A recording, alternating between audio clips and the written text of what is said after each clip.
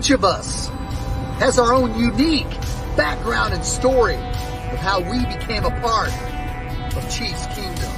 Our reach is far and wide with fans all over the world cheering on our Kansas City Chiefs. Everyone donning the red and gold has figuratively signed that mutual agreement and come together for one common purpose.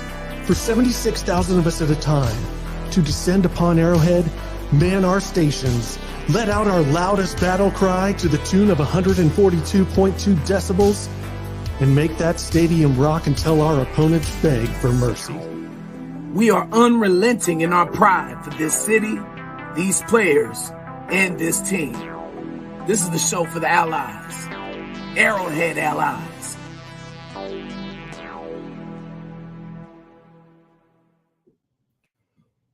And what we thought was going to be just a nice, simple Christmas gathering of friends, and yet here we are now. Solomon Wilcots is joining us as we speak. And Solomon, welcome to the show. I don't know if you're still endorsing composure, but I sure the hell hope you brought me a doctor's note today, buddy. Yeah, we could all use a little composure. There's no doubt about it. I'm out of my last prescription of it that we got at the Super Bowl, so I hope we see you in Vegas because I need some more. We'll be there. We'll see you there, okay?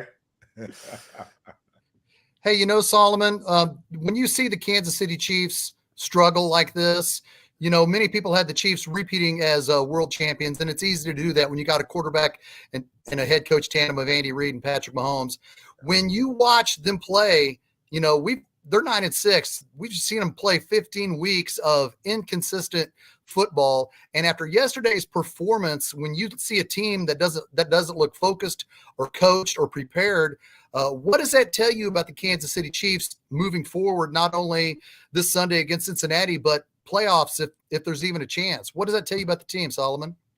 It tells you that there are some areas in decline. It tells you that there are some areas that are not executing up to the standard and the levels that we were accustomed to seeing at least over the last 5 seasons. And we tend to have, I think, take a lot for granted when we have a sort of a Superman who wears an S on his chest and a cape at the quarterback position. We kind of look at it like we do when we go to the movies and we go to the theater. We think that guy, the quarterback, is like the leading man in a film who's always going to win the day. And we forget that it's a team game, guys. We forget that the quarterback needs everybody else's help to do his job. And if you've got those other areas taken care of, now the quarterback can help elevate the team. But if you don't have those bases covered, there's going to be holes if you're dropping passes, if you can't protect your quarterback, if you don't have a run game that all of a sudden disappeared from Kansas City, the offense is going to struggle and hit some all-time lows like what we're seeing currently. Yeah, and Solomon, that's kind of what I wanted to talk to you about, because we see the receivers, what they had last year. They're kind of only missing Juju from that group. They added Rashee Rice, a rookie who's really coming on. But you see kind of the downfield passing game isn't working. They're just kind of not in rhythm. Patrick Mahomes is struggling. You saw it yesterday with the interception, with the fumble on the trick play. Just what do you make from just kind of only missing Juju, but this offense just looks so stalled and off? They gave Jawan Taylor the $80 million, and he's not working out, the most penalized player in the NFL. Well, yeah, you're missing your 2 offensive tackles last year. So your ability to protect the quarterback and generate a run game. Orlando Brown Jr. is an excellent run blocking offensive tackle, right? And that's what they've been able to do. I remember when Eric Bieniemy, and I have to offer this disclaimer because he's a young man that, you know, I'm very close to, helped to recruit him at the University of Colorado. It's already well known. But I know what kind of young man he is, and I know what kind of player he was, and I know what kind of coach he is. He's a guy that breathes this fire. He's like that professor you had in college, the one you hated the most because they rode you the hardest. But at the end, you end up being more thankful to him for caring enough to kick you in the butt when you needed it, right? And ultimately was a difference maker in how you turned out. And I do think there had maybe been some exhaustion, the players and everyone, because Eric stayed on these guys. Who's doing that now? Where is that in the building? Because at the end of the day, Andy Reid he's the guy up above. It's a good cop, bad cop scenario, and Andy's the guy, and he'll get on you. But, he is the mastermind that puts it all together. But he needs boots on the ground. He needs generals on the ground who are going to be demanding so that Patrick Mahomes doesn't have to start yelling and screaming. And more has been placed on Patrick Mahomes than, let's face it, than what should be. Because quarterbacks aren't enforcer.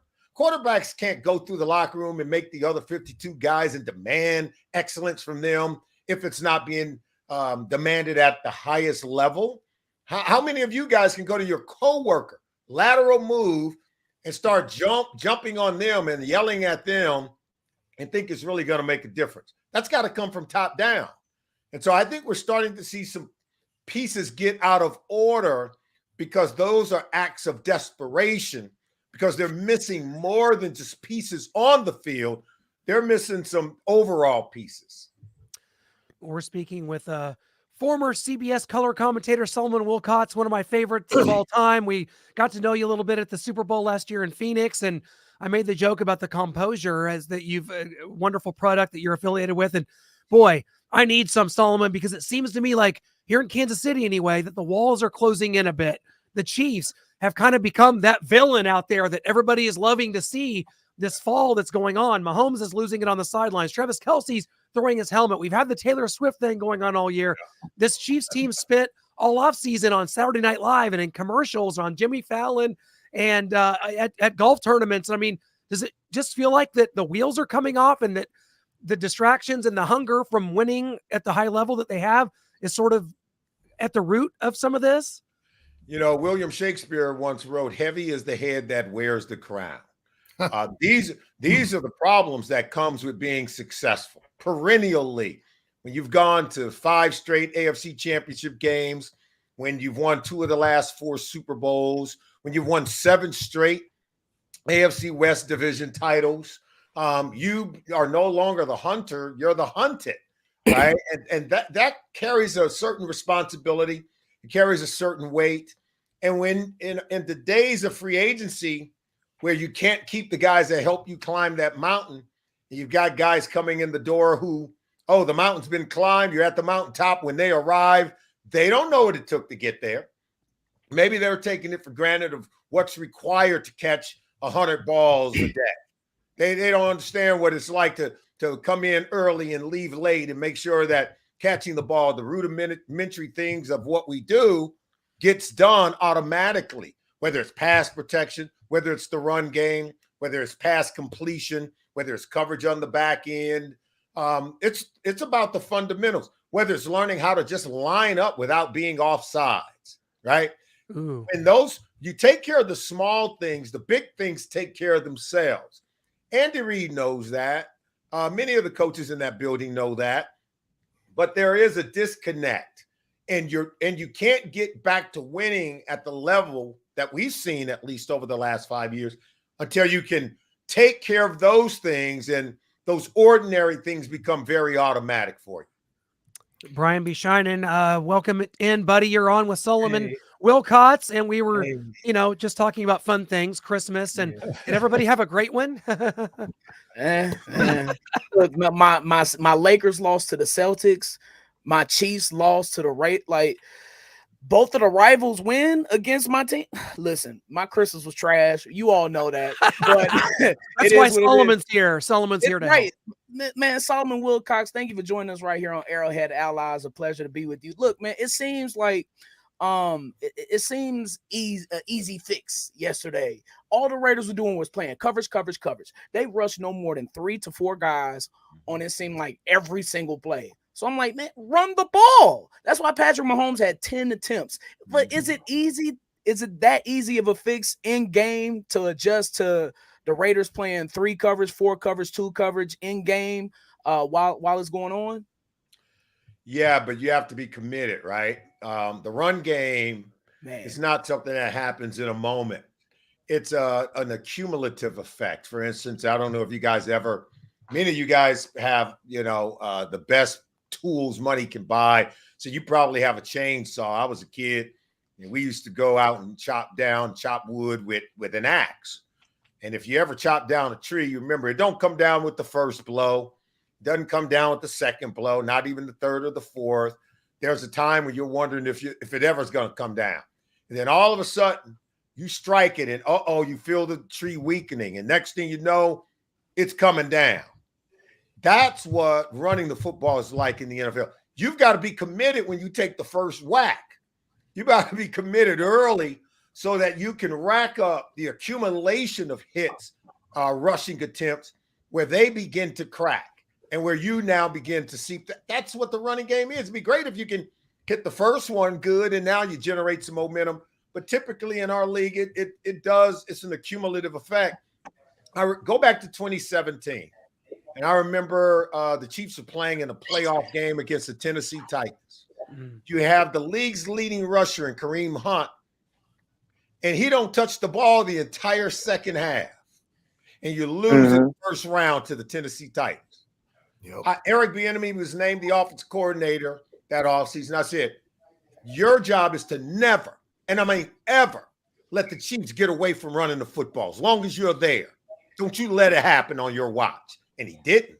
And that's how you go to 5 straight AFC title games, because he would never let them get away from the run game. It's happening now. Now, I'm not saying that all of this is due to the absence of Eric Bieniemy, but it ain't a zero, guys. It ain't a nothing burger, right? You see what I'm saying? Yeah. So pay attention. Just pay attention. There are some missing things. And you've got the great head coach, but even great coaches need good lieutenants. They need good generals. They need boots on the ground, making sure that the small things are getting done every single day. One thing, you may not like the guy, but he got your attention. You had to respect him, and you did what he told you to do, whether you liked it or not. That way, when game time showed up, it got done, didn't it? So all the stuff that leaks out, he's hard on the player. Well, sometimes players need him to be hard on. Right? The Washington Commanders, that was leaking out, right? I know this, Sam Howell's playing better than he ever has. The offense playing better than they ever have, right? Not a miracle worker, but he's going to get more out of you than you would give on your own. Michael, welcome in. You're on with Solomon Wilcots, our guest here today.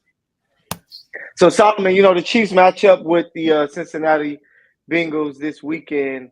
They're coming off of a loss. Just what are the positives that you're seeing since the injury of losing Joe Burrow? And what will be the challenges for them against the Chiefs this Sunday?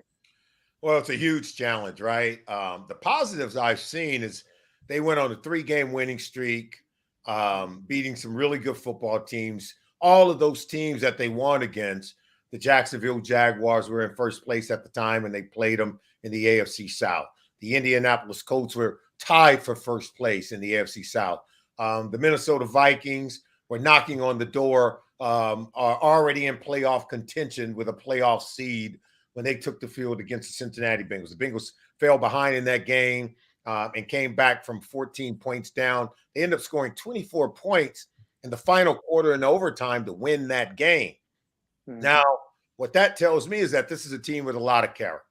They've lost some players due to free agency, just like the Chiefs have.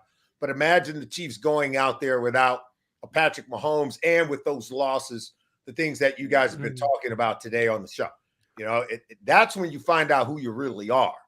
And I think the Bengals have found out that they've got some good players who are young in critical areas, but these are the growing pains that you go through. And I think sometimes you tend to recede and take a step back in order to get that growth that you want. You remember what it was like when the Chiefs had already won their first Super Bowl, or the second, I should say, after beating the 49ers. And then they came back and played Tampa. And the offensive line going into that season, or at least we knew it was a liability. But you had to go through that in order to go back into the draft to replenish that line, then end up winning another Super Bowl. You see? So there's ebbs and flows. I think if you go back and look at the 20-year dynasty that the Patriots had with Tom Brady, they didn't go to the Super Bowl every year despite having the greatest of them all. And I would just encourage Chief fans to understand that. That just because you have the greatest quarterback don't mean you have the best team. Just because you have the best quarterback doesn't mean you're going to win every game. Doesn't mean you're going to go to every Super Bowl and win every single one of them. Tom Brady went to 10, right? And he won 6. Went to 10 in New England and won 6, right?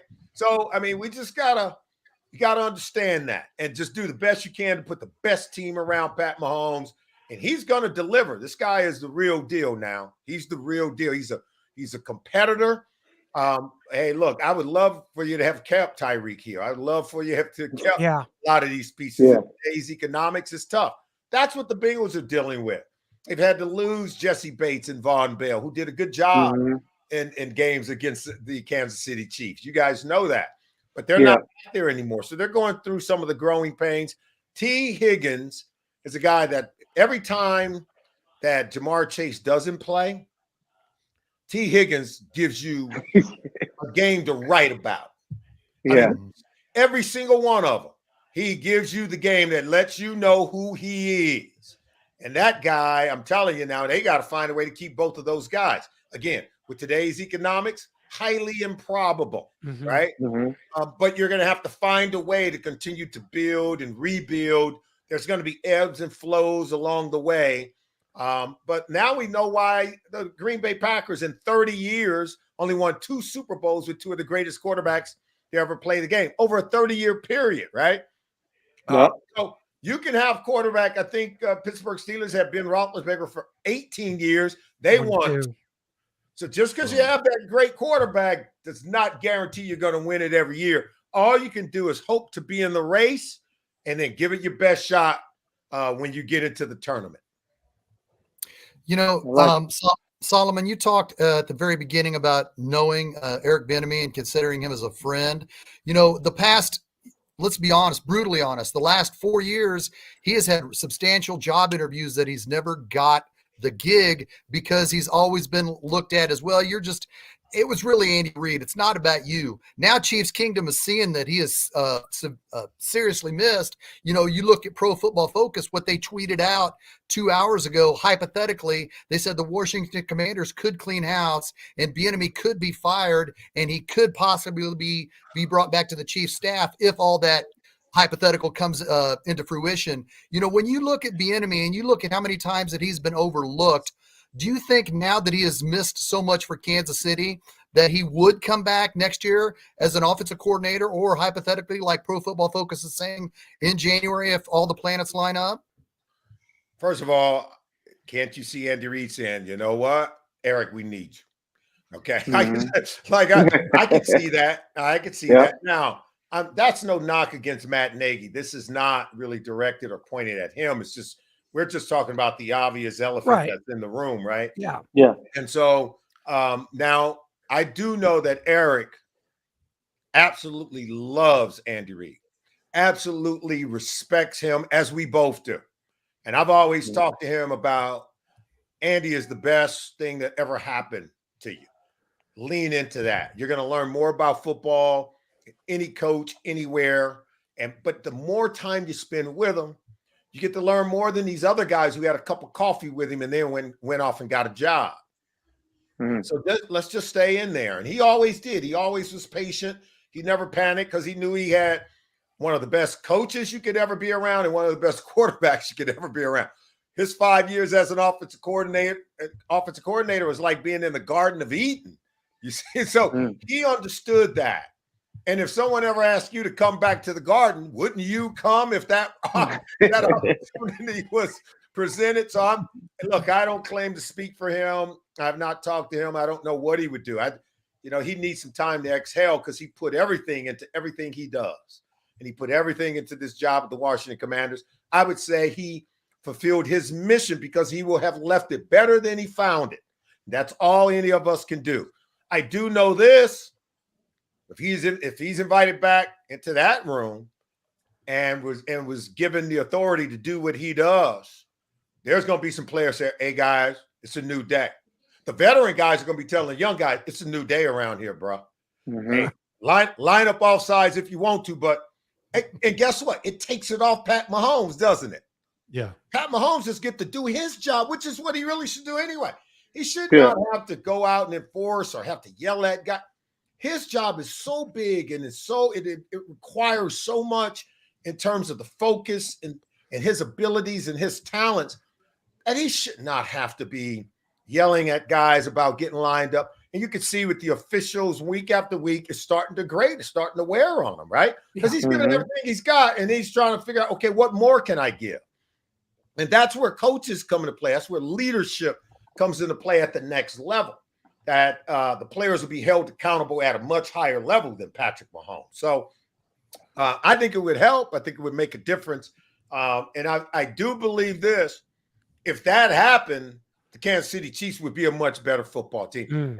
You are not going to see this point production drop to what it's become. You're not going to see the turnovers mount. You're not going to see the lack of attention to detail. That's what you're not going to see. Those things go away.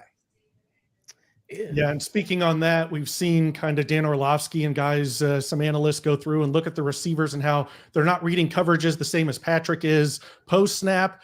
They might be given a post in the play call, but then there's a middle safety right in that hole, and they're running right to it, and Mahomes is throwing them on a go where it's wide open. They should take that. So when a quarterback is losing trust in his receivers to read the defense the same way he's doing it and being where they're supposed to be when they're supposed to be there, how difficult does that make it on the quarterback? And you see Mahomes kind of second guessing, not really firing into throws. He's kind of laying it out there, tossing it, trying to guess. Are they going to be where I expect them to be? How difficult does that make that on him and this offense? It's tough on everybody. It's tough on those guys too, because listen, they are being, some of them are young, like a Sky Moore, right?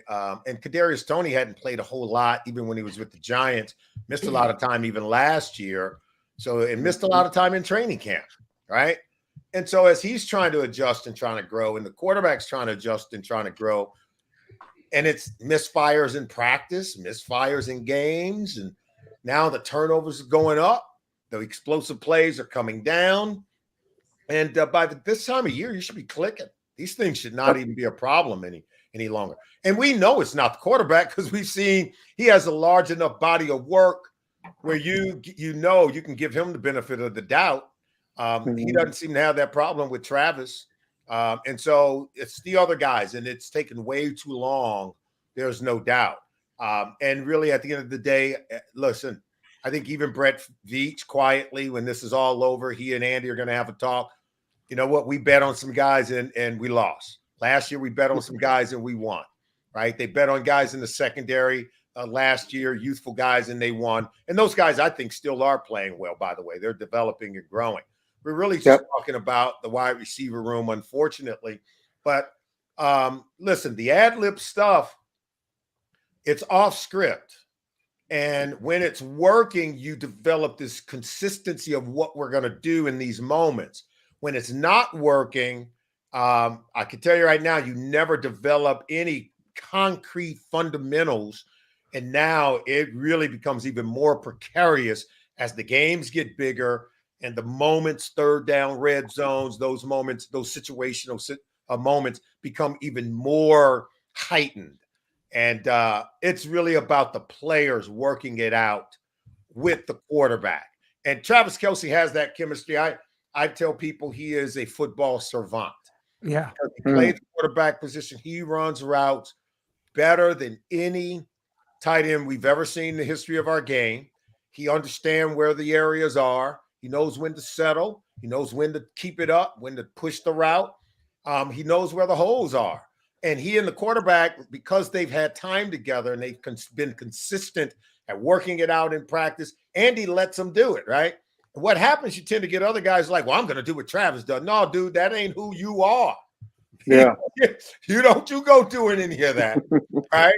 So it's so there's some stitching together that needs to be taking place. And I heard Pat say, hey, we got to clean it up. But listen, guys, we're going into week 16 and 17, right? Yeah. 17.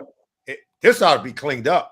This for the teams that are taking off, they have already left the runway because they're gaining altitude now. That deal is already, that ship has sailed. So that's why it's rather unfortunate and very concerning. Well, the Tampa Bay Buccaneers in 2020 and the Cincinnati Bengals in 2021, they like figured out the blueprint to really like beat the Chiefs, which was maximize coverage, delay your rush. You know, with those ends that they have in Cincinnati with 91 and 94, they are really pesky, and they have been the peskiest of D ends for Patrick Mahomes in his career. But do you expect and the Raiders just copied that same blueprint last week? Yeah. With that being said, do you think Lou Anarumo and that defense in Cincinnati to kind of copy what the Raiders did, and which was their original plan in 2021 in the AFC Championship game this week? Yeah, I would agree with you. That was an original plan from Lou Anarumo, and I do think a lot of other people have copied that, because the Bengals had won 3 out of 4 games against the Chiefs using that plan, and they had been successful doing that in the AFC North against Lamar Jackson. And so, and you're right. You got to understand that Sam Hubbard is a former high school defensive back from Moeller High School in Cincinnati before he ever got to Ohio State. So he tracks really well. He runs really well. And when you can have that delayed rusher, what you do is you're going to funnel where you want the quarterback to escape and extend, and then you are going to sneak a guy in there late to fill that rush lane, and you almost kind of push the quarterback into a trap. And because Mahomes has been running for his life, I think he's much more susceptible and vulnerable to that. I think the way that he adjusted to it last year as they were going through the playoffs, he was very patient about not pushing the ball down the field, even though they were double covered over the top. But he also knew that he had to get the ball out faster and quicker, so he didn't have to run into those traps. He doesn't have guys who are getting open, by the way, at this time. And he is forced to hold on to the ball a little bit longer so that they can uncover and then try to get the ball in there. But that's forcing him now to run into trouble, hold on to the ball longer, taking more sacks, taking more hits. And that's where the injuries begin to mount. And so I think the concern is ratcheting up a little bit for Mahomes. And I think the coaching point's got to be, let's get back to throwing in rhythm. Let's try to scheme up some guys getting open, and let's get the ball out in a hurry to try to get the offense in rhythm. And let's try to be successful in the run game on early downs, right? And when you can do that, you keep him in 3rd and medium, 3rd, 4, 3rd and 5, and he can convert in those situations. I think you got to kind of move backwards before you move forward, before you can look for the explosive plays, because right now those plays aren't happening. Solomon, I want to get off of the current times for just a little bit and talk about Super Bowl 23, which you played in for the Cincinnati Bengals against the San Francisco 49ers. It's the first Super Bowl I remember watching as a kid, and just the grand spectacle that it was, and seeing what, Joe Montana did in that close game, and you guys are right there. And just as a young player, I think it was only your, second year in the league at that time, going to the Super Bowl with the Bengals. Yeah. Take us through that, what it was like playing in Joe Robbie Stadium there in Miami. And obviously the Bengals have not been back to a Super Bowl since then. So a sense of pride that has to be for you guys. Obviously came they win 21. What a game. Yeah, 2021. Yeah, yes, they didn't haven't won one since. I haven't won one yet. They've been back with the same outcomes. Right, they've been certainly. Right we know that too well here. Yeah, right up to the last minute, So, look, I grew up in Southern California, and I went to high school in Riverside, California, which is where Ronnie Lott, the great 49er, Hall of Fame, one of the greatest defensive backs who I had always looked up to. But he and Kenny Easley were at USC and UCLA when we would all go to those games when we were like in elementary school, middle school. And by the time we got to high school, and I went to the high school in the same area where Ronnie went, and we were fortunate because he came back. And I remember while I was in college, he was already playing for the Niners. I already won a couple of Super Bowls. And I was working at Sid Gilman camp, and all these great coaches who would later become very famous. You may know them by the name of Brian Billick and Sean Payton and John Fox. They were all coaching in college at the time. And I remember being there with them, and I was a camp counselor.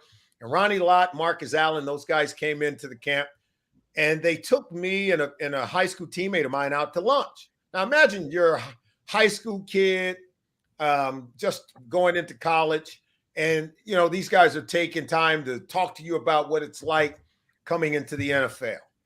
And I just remember just locking in on all that information. It helped me through my college years of development. And next thing you know, I'm walking on the field, and guess who's on the other side? Ronnie Lott. Ronnie Lott. The Niners, yeah. So, and I knew he was all business, man. I wasn't going over there to try to talk to him. He was all business. And we knew studying for that team, because Bill Walsh had started his career in Cincinnati. And Sam Weiss was his first offensive coordinator. In fact, Sam used to be one of his quarterbacks that he coached in Cincinnati. And so we knew that offense to a T. We knew that it was all predicated on a physical run game, just like the Niners are today. It's the same offense. It was predicated on a physical run game, real timing and precision, fast off the ball, quick pass game, and you had to tackle in space. Because if you don't tackle them, everything is predicated on creating yards after catch, yards after contact. Now, you got to imagine, we were playing against guys like Jerry Rice, John Taylor, Brett Jones, Tom Rathman, and Roger Craig. Those were the 5 eligible. Now, look, I know they got Christian McCaffrey, but you know who was the first guy to catch for 1,000 and rush for 1,000? Roger Craig. So they're not playing with anything better than what we were facing in that Super Bowl. So Christian McCaffrey, that's Roger Craig, same guy.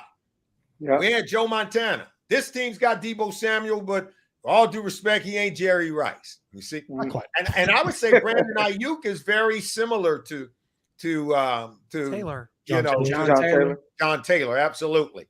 And then the tight ends are very similar. Brent Jones. Brent Jones. I think they're very similar. It was real.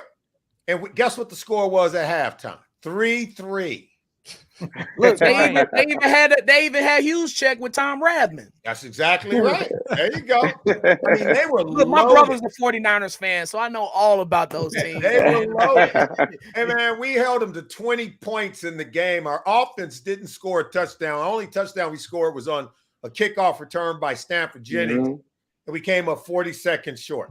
Yeah. That's a story for another day. Every time I tell it, I get upset but all I know is go look at all their other Super Bowls. They hung 50 a couple of years later on San Diego with Junior Seau and Rodney Harris.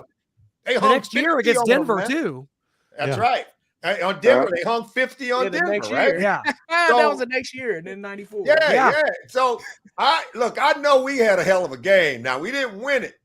But I'm going to tell you right now, when we walked off the field, they gave us much respect. We gave them much respect. It really was one of the great Super Bowls because it was a hard-hitting game, and it came down to the defense. We had the number 1 ranked offense. We don't score an offensive touchdown. Look, you don't score a touchdown against these Niners teams, you're getting blown out, right? Yeah. So that's kind of how that went. But those are the things that I remember most about that game. And John Candy was in the building. Oh yeah, John Candy was in the building. It's almost I hear like that name, I get pissed off. But sorry, God bless his soul, right? It's almost like the Chiefs losing to the Raiders when the Aiden O'Connell doesn't complete a pass past the first quarter. It's all these crazy things. Michael, last thing, I'm going to let you get one in before we let Solomon go here. So Solomon, you know we have to talk about it. You being a former Colorado guy. Yeah. We see what Prime is doing, bringing that attention and energy to that program. Started off with such a high this season, ended with some very low lows. Just what's your thoughts on the program moving forward and what Deion has brought to Colorado so far? Yeah, those of us who are really close to the program, we did not expect double-digit wins after suffering double-digit losses 1 year ago. You don't turn around a program that quickly. I think people have had a hard time of digesting what they're actually seeing because we've never seen this happen before. We've never, free agency didn't exist in college football before. It had existed for coaches. It hadn't existed for players. You throw in the money that is NIL, which is an operating budget. Okay, some teams have been doing that. They're called SMU. Right, but it wasn't done above, on the table. It wasn't as transparent as it is today. So now with all of those things being done more transparently, Colorado has become the lightning rod or the place that people like, wow, do you see what's happening here? Oh, half the team left. And then you don't know if Deion forced them out or if they left on their own. I'll tell you what, when I was at Colorado, Bill McCartney is the coach I played for. So did Eric Bieniemy. So did, Connor Embry, your wide receiver coach. His dad played on those teams with him. Charles Johnson. Connor Embry. Yeah. So, look, Coach Mack told us, I'm running you off. I remember first day of practice, he told, I'm running you off. Now, what he was really saying is those who aren't willing to put in the work, I can't wait to get you out of here. And he had come from the University of Michigan, where up above the sign, Bo Schembechler said, those who stay will be champions. What he didn't say, I'm running you off. And the ones who stay, those are the ones I know really want to be here, because what I'm about to put you through, you're going to have to earn it. And that's the same thing you saw in the Junction Boys, right? With Coach Bear Bryant when he coached at Texas A&M. He worked them until he found out who really wanted it and who didn't. It's always been a part of football, guys.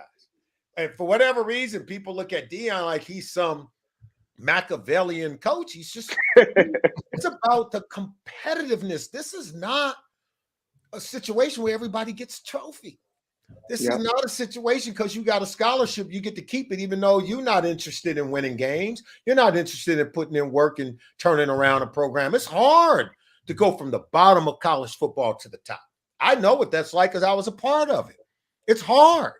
And a lot of people, I'm telling you, are not cut out for it. And you've got to create a system, just like you would if you went and joined a top law firm or a top Fortune 500 or top 100 company.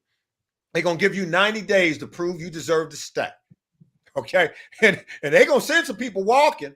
It's just a matter of what group you're going to be in. That's what we do every year at the end of training camp, right? We don't keep everybody. We start off with 90. We finish with 53. And I think college is a good place to learn that. Now, it should be done judiciously and fairly, but competition is a part of this thing. And if you create a scenario where there isn't competition, I'll show you a team that's going to lose 11 and 12 games, because that's who we were before Deion showed up. Yeah, and talking about that with Deion Sanders saying you put in the work or you're not right here for Colorado, we had Tim Grunhard, former Chief center, on earlier this week, and he said if Marty was coaching this team, there would have been some players cut already to show we're not putting up with this any longer. Hey, Marty was my guy. Now, he and Carl Peterson, every time I came in to call Kansas City Chiefs games, the time I would spend with them, and you're right, man. Marty Schottenheimer, there's my guy, Kevin Harlan. Oh, what a group. What a duo. Oh, man, we missed you on CBS, dog. We miss you on there. I appreciate it. We had great times. We spent great times with the coach. And Marty was a guy that knew how football should be played. And you had to be a tough, hard-nosed guy now to stick around. And you were going to win games, and the other team was going to respect you.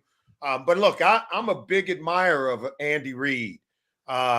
He is a genius at what he does. And I think he's the only guy to be the all-time winningest coach with 2 franchises. So you're in a period of prosperity, and I know this is not a grand Christmas for you guys, considering how the game turned out. But he'll get you back in the winning circle. Solomon, it was a grand Christmas because we got to spend some time with you, man. Cannot thank you enough for this. It was tremendous. We'll see you coming up here in Vegas at Radio Row. We'll have to grab you. Bring your composure, because by then I may need 2 or 3 bottles from where we're heading right now, buddy. Thank you so much. I'll bring some for everyone. Okay. Thanks for having me, guys. We got to do this again. You're a blast and great stuff, man. All right. All the best. Absolutely. Appreciate you. It's an honor. That was Solomon Wilcots, the former CBS color broadcaster, man, former Cincinnati Bengal, participant in Super Bowl 23. The first Super Bowl I remember watching as a very young kid and just being enamored by the grandiose nature of what a Super Bowl is. As Chiefs fans, we've learned a lot about that here the last couple of years, but I almost wore my gecko tank top and sunglasses today because I think it's about time here in 2023 that we say 1, 2, 3 Cancun, because the Black Christmas that I foresaw, that I foretold last week, came upon us. It came upon us like a plague, and it came down upon Kansas City, rearing its ugly head in ways that we haven't seen. The Max Crosby and that aggressive Raiders defense, they beat the Chiefs for the first time since 2020. And that, my friends, is that. I said this would put the ribbon on what's been this unbelievable season, this season that's from hell.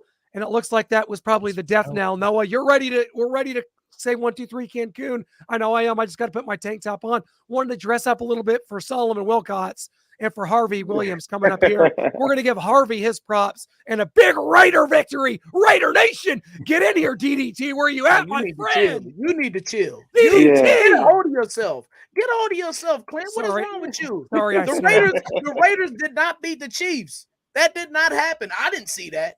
The Chiefs beat the Chiefs. Well, that's what you've been saying for 15 weeks. So yes, that seems to be a theme. It's the same thing, man. And fellas, I don't know where we stand right now.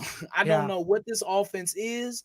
They don't know what the offense is. Yeah. How do you run a screen to Kelsey on the right side and then run the same play on the left side in the fourth quarter, bro? What are you doing? They're already keying on those. They keyed on. That's how we got the pick six, doing one of those short screens or 5-and-outs to Watson. Got nothing else. Everybody looks discombobulated. Nobody knows what they're doing. It seems like guys are hurt on the field. Like Pacheco, it looks like he was playing hurt a little bit. They look lethargic.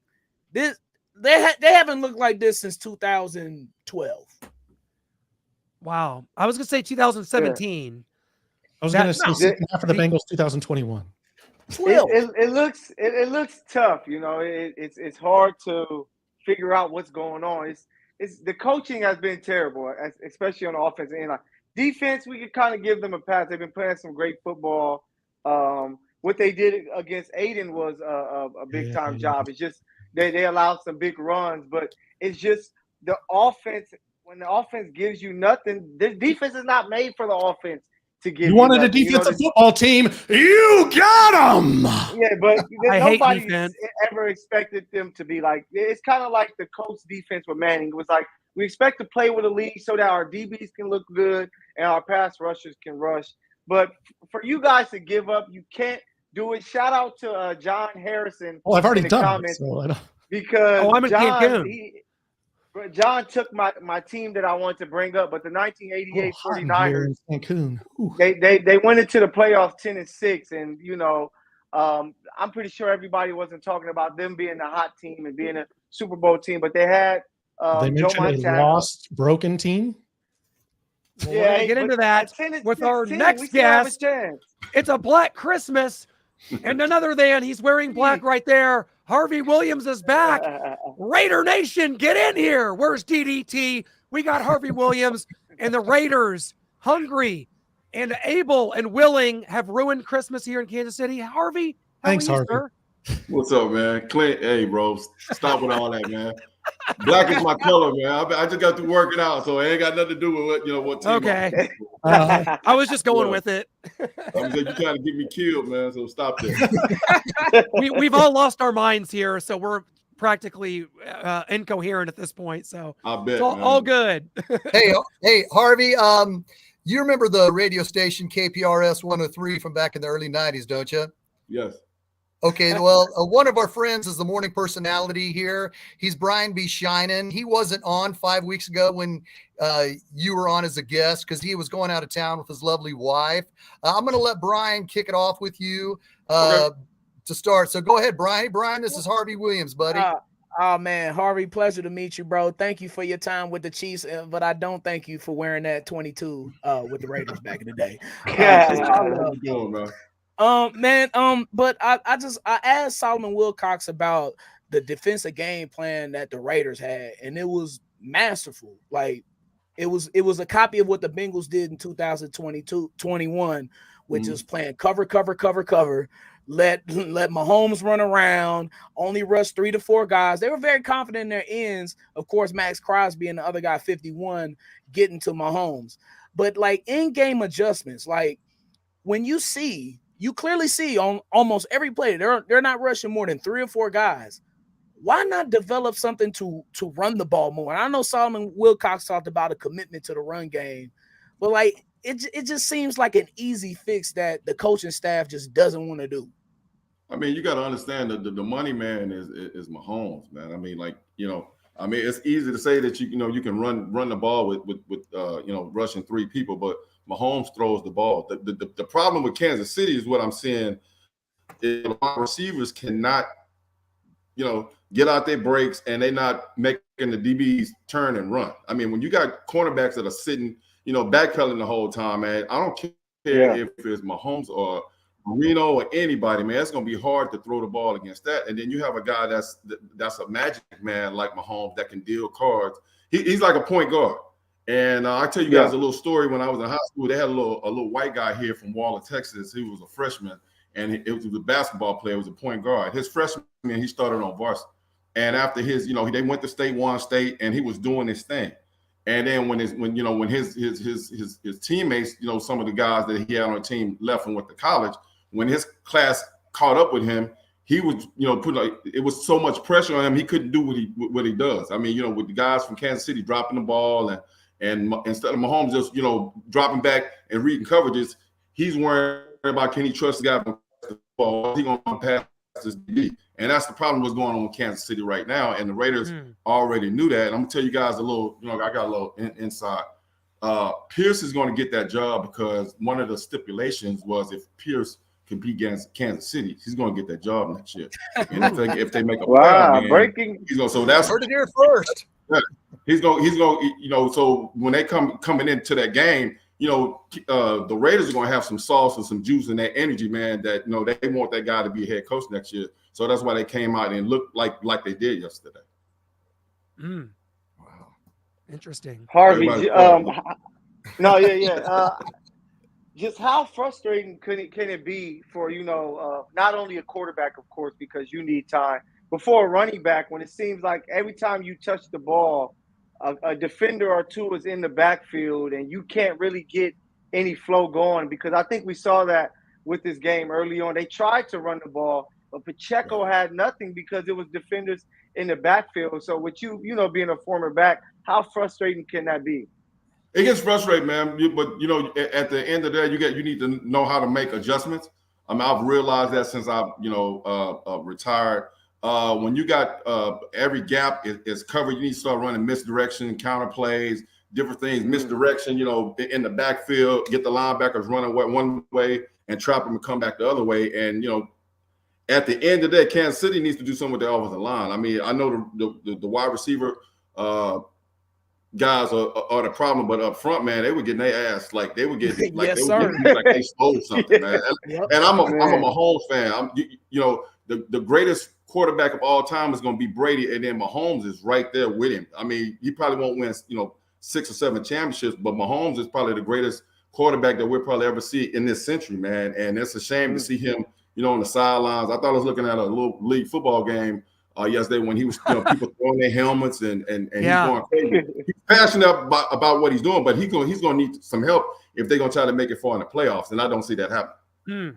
Harvey, when you see Patrick Mahomes getting mad and throwing his helmet 2 weeks ago, and you see Travis Kelce throwing his helmet last night, do you feel like it's a coaching problem that is getting out of hand? Do you think that, these Travis Kelce and Patrick Mahomes, those are the face of the Kansas City Chiefs during this period. Do you feel it's a coaching problem that this team is kind of losing its overall focus? That they're I think it's a combination. I think it's a combination of both, because you're gonna have to hold everybody accountable. I mean, for Kelce to be screaming at anybody and saying anything, I mean, he's a superstar, bro. And some of the passes that he's dropping.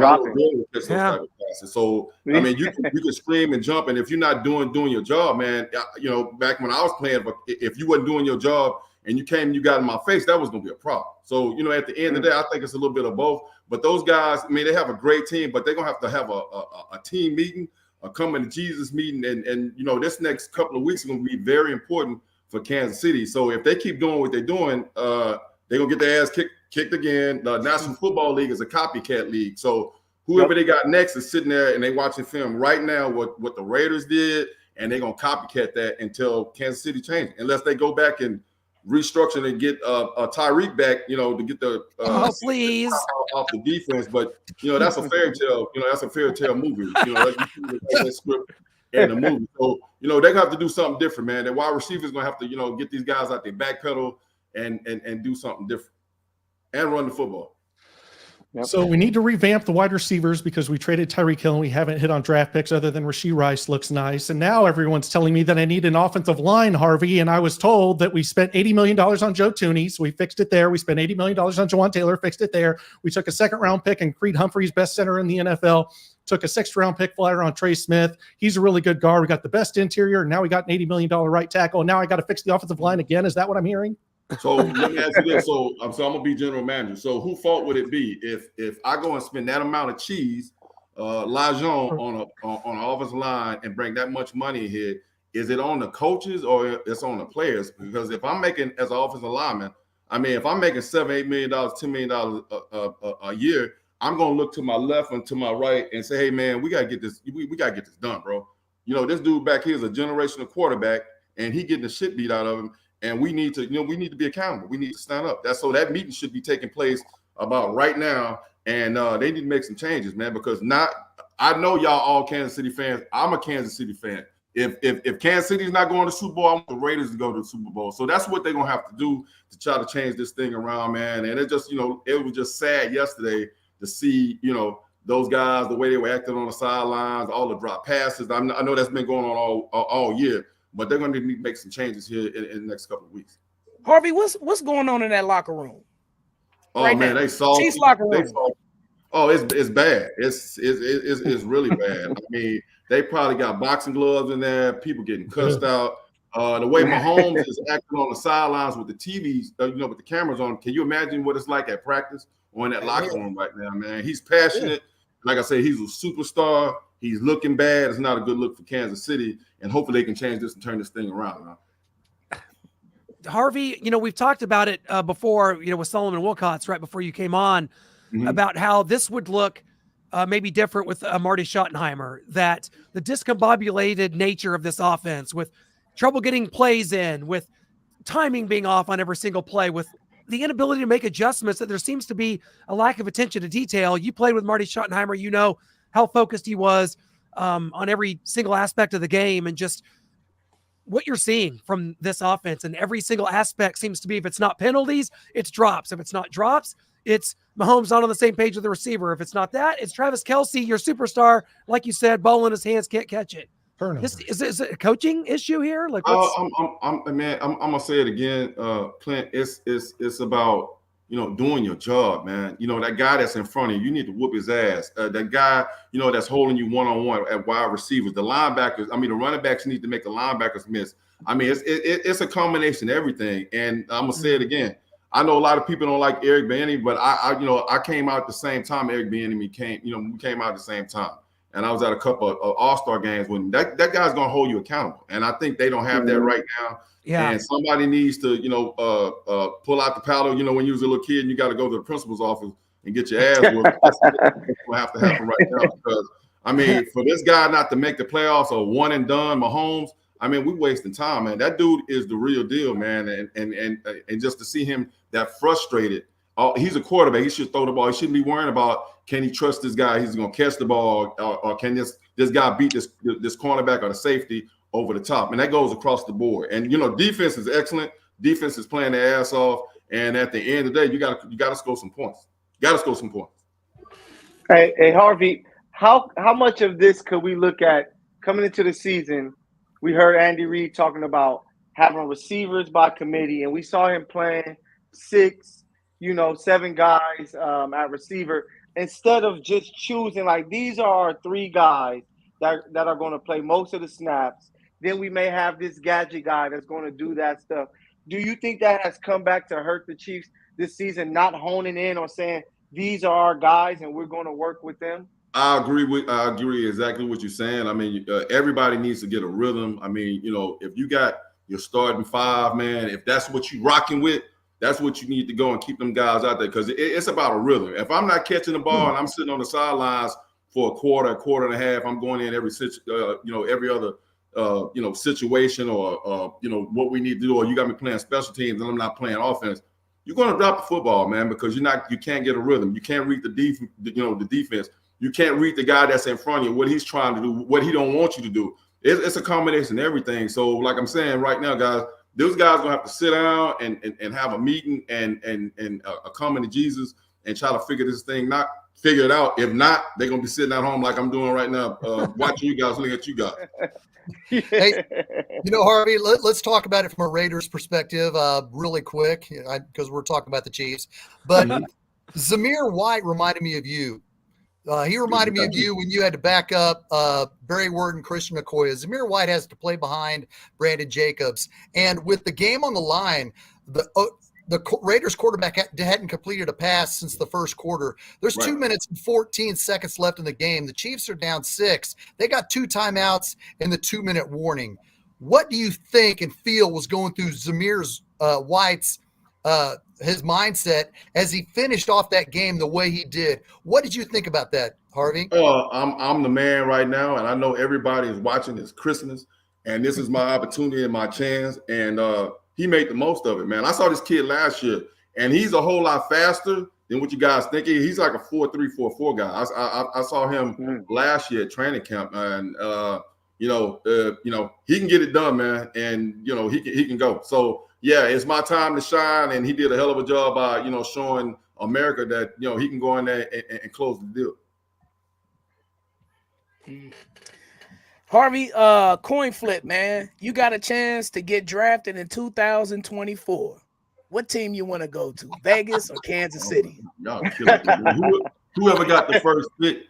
Whoever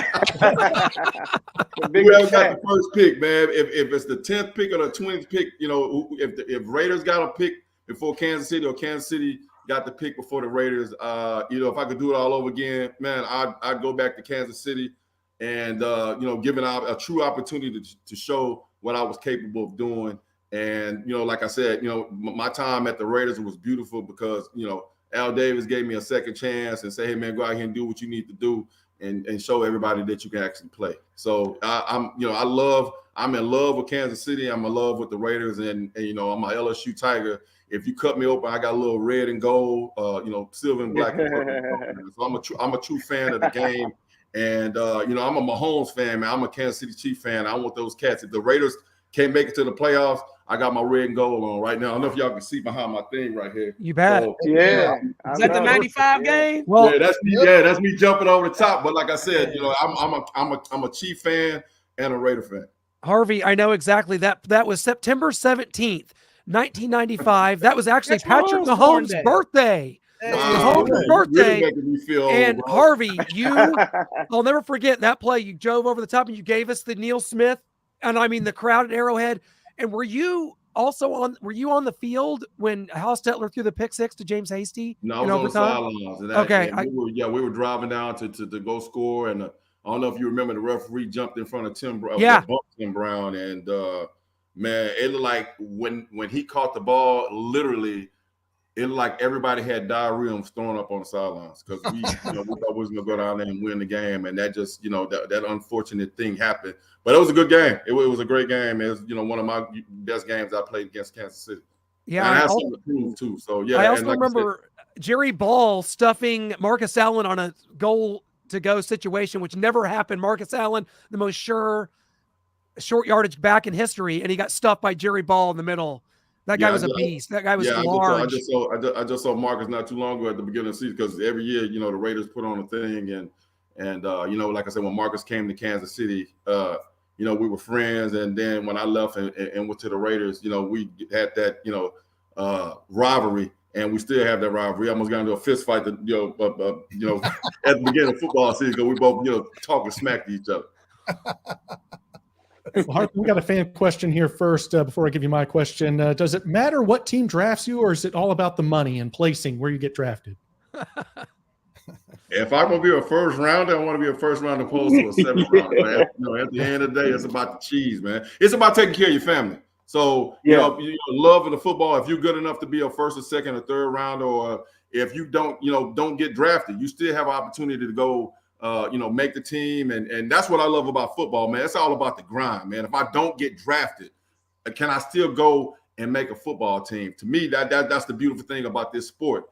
And if I'm a first round, I still got to go out there and prove things. And if I don't, they're going to call me a bust. And this is a lot of, things that factors into that, man. So, yeah, if I had to decide, what you just said, I'm taking the money all day long.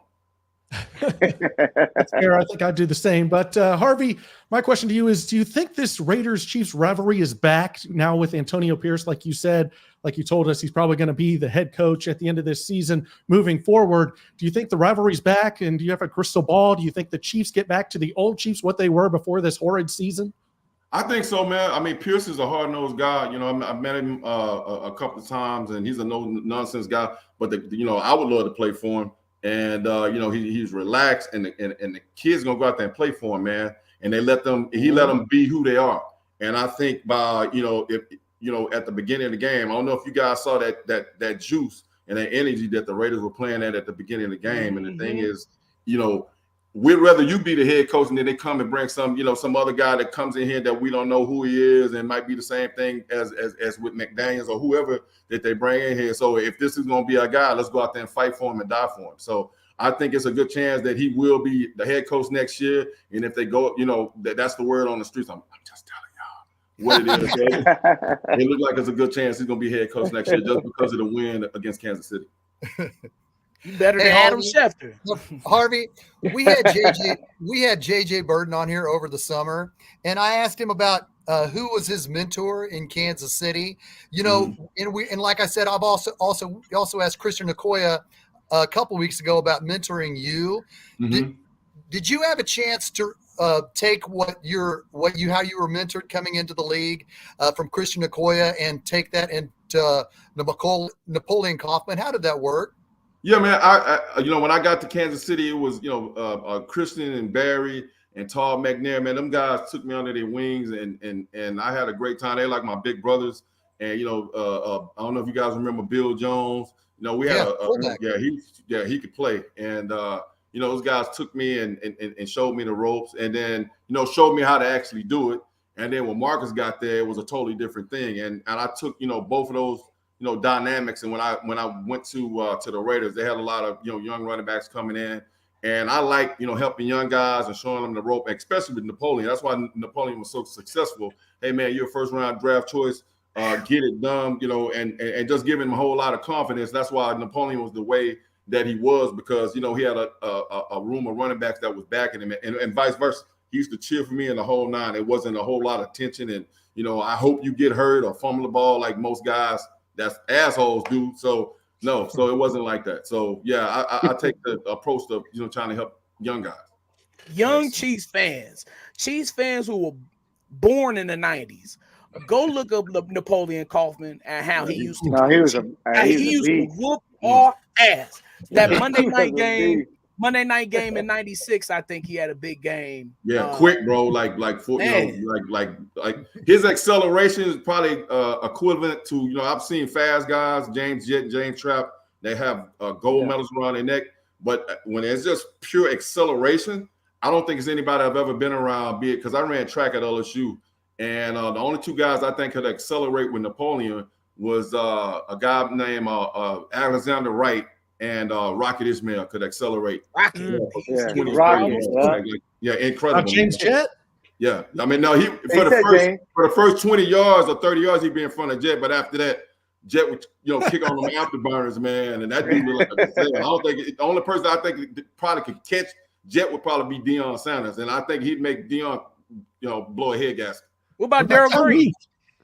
Man, that's a whole I don't think Darryl Green could run with them cats, man. I don't think he can run with Trapp and Jett. You're talking about guys that got gold medals. I mean, Green could fly, but Bullet Bob Hayes is the type of speed with James Jett and James Trapp, them type of guys. And Willie Gault. That's a whole different level of speed. Yeah, absolutely. Well, Harvey, we can't thank you enough for hopping on with us here on Arrowhead Allies. We got to do it again. Appreciate you. I guess we'll Be seeing the Raiders a couple times next year. And you know what? It's not over. Chiefs lose out. Raiders win out. The Raiders win the AFC West and go to the playoffs. hell So no. we don't know. Won't happen. We don't know. Hey, stop hating.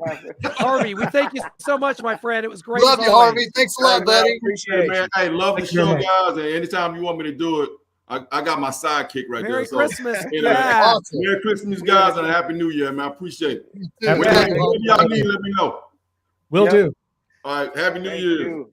Happy New Yeah, Year. cheers. Well, there you have it. fellas, So cool. Loaded show. I think Clint, I'm sorry to interrupt, but No, go ahead. we need an intervention. We need it now. I think Clint is before our very eyes turning into a Raiders fan. What the hell what is wrong with you? Something He about might be a seeing Raiders Max fan Crosby all all the tatted time. up and the silver and black, and like they wore the Smoking uniforms from the old cigars. AFL days, and something about it's taking its control. And George Atkinson's our good friend.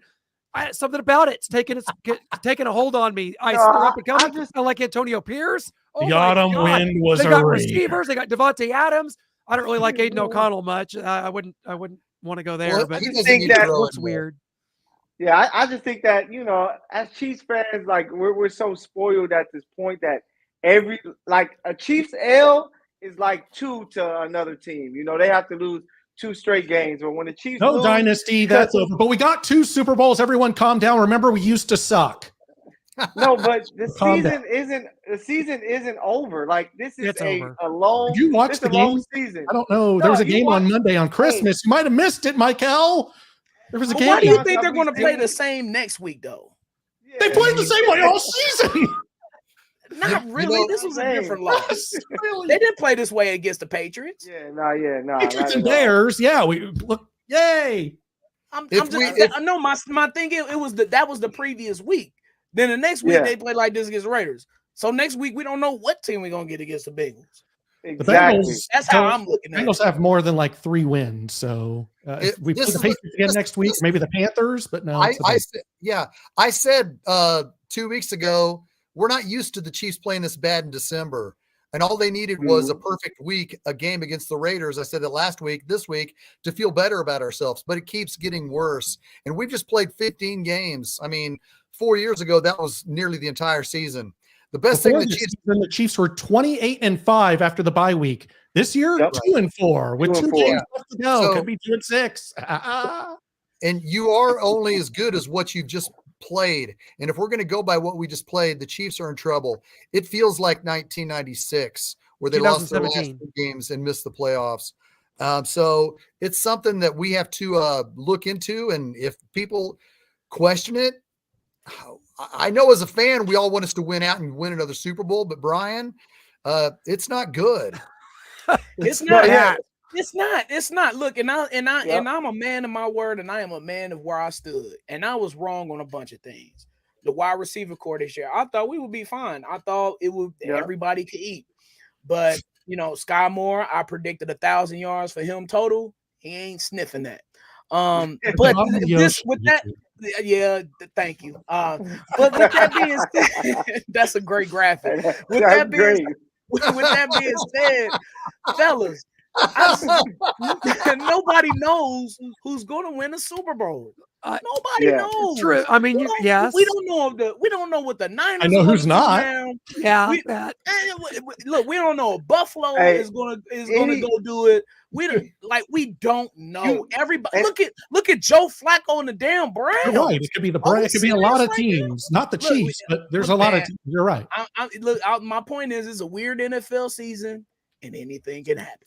Not that And I think that's what's so frustrating about the Chiefs right now is that Trade Mahomes. you don't know what to expect. Like next week, the Chiefs can come out and score 30 points and dominate the Bengals, and we're going to be like, what is this performance? You guys been hiding this the last few weeks, or they can come out and give you another dud, and we're just not used to that as Chiefs fans, because we we're going to score at least 24 plus points a game.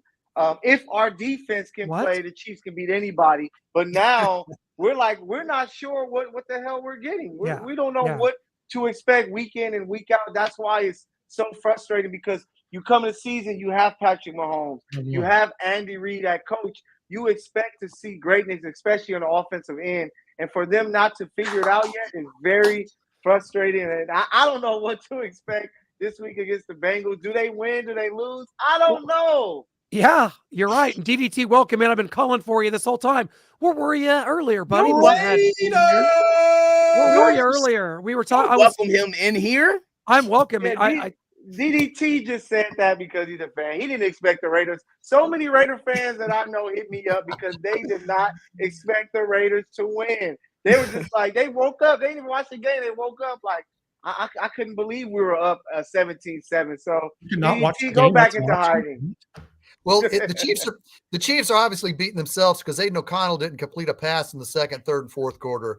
That shows until the Chiefs show that they can not beat themselves, then they might be able to be in a game. But right now, their biggest opponent is themselves, and that sucks. Yeah, it does, which is kind of just in time as we kind of get into our predictions for Cincinnati and just setting the scene for this. Obviously, the Bengals had won 3 straight. Solomon Wilcots had talked about that. And I thought was a legitimate lock for the playoffs until they're lost to the Pittsburgh Steelers, which really muddies the waters for them. They still got to play the Browns after the Chiefs. I don't think they're getting in now. Jamar Chase is injured. I think we kind of saw the end of Cincinnati last weuk as the Steelers, who were reeling, were able to really dominate that game with our friend George Pickens. Hated to bring it up, had to do it. But like we said, we don't know what to expect from the Chiefs. This is at home. The Chiefs have lost 4 games at home so far this season, which is unfathomable. And I like the Bengals here. New Year's Eve, 3:25 kickoff here, another holiday, Arrowhead Stadium. People going to be going in excited. Let's go New Year's Eve. And the Bengals are just going to shut the door like they always seem to do. Aside from last year's AFC Championship, the Bengals win this game 23-13. You are disgusting. Go ahead, Brian. You should be been through a lot. You should be ashamed of yourself. I've been through a lot. Golly, you up here jeffing with DDT. You up here guy to the Bengals. Oh God, we need some order, man. 19-17 Chiefs win. I'm gonna be in the building. Me, my wife, my mother-in-law. We're all going. Oh no, you're outnumbered.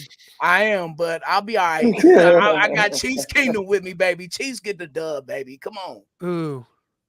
Michael, save us. The Chiefs are going to win the final week. They're going to be in LA. Okay. You know, they're going to take care. I'm going to be in the building here. But this game versus the Bengals, after seeing that Steelers loss, I just think the Bengals, they lost all their powers. Jake Browning lost all his powers. The Chiefs win 23-20. It's going to be a close game.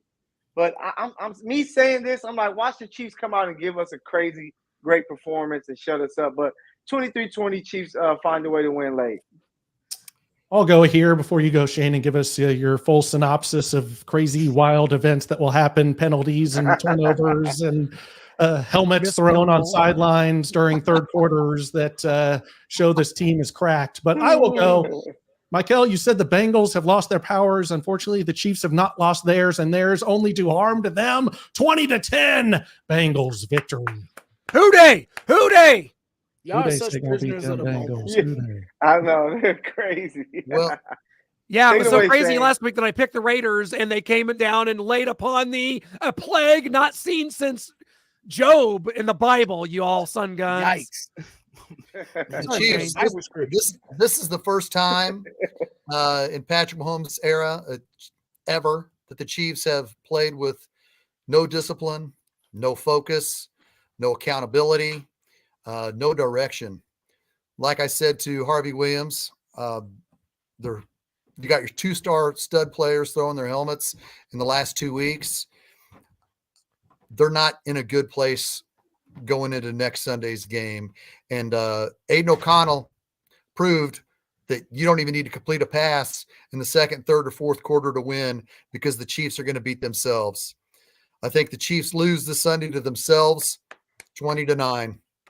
Tough loss to ourselves once again, but yes, sounds about right. Chiefs 20, Chiefs 9. Devastating. Cincinnati 9. Cincinnati 20-9. It's just how we're trending, Brian.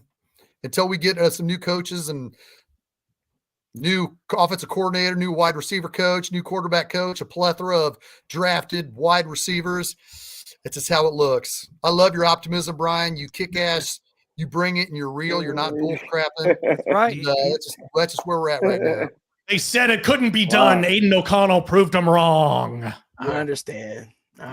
We Yeah. shall see, though. It's- I Hey, man, believe in a it's- new year, a new day for these Chiefs. Hey, great Yeah, it's show with ugly right Solomon now. Wilcots. Great show with Won't Solomon be a new year, Wilcots and Harvey Williams, man. This has been an awesome show. Are we going through a dark period right now with the Chiefs in their current state? Yes, but Arrowhead Allies will keep it real here. Thank you, Solomon Wilcots. Thank you, Harvey Williams. We will be here next Tuesday to break it down. And until then, what do you say, Michael? Hey, be on the lookout. I think the Chiefs going to surprise us this week. Noah and I are on the way to Dallas, Texas tomorrow. Mizzou Cotton Bowl on MIZ. Saturday night, Ooh, here, Friday night, ooh. and then we'll see you guys Yeah. on Saturday. Hey, San Diego for me tomorrow. Let's see what USC, the leftovers, Yes, are going to be playing. So let's see what bowl they look season, like. baby. Yeah. Go Chiefs! DDT, DDT, DDT.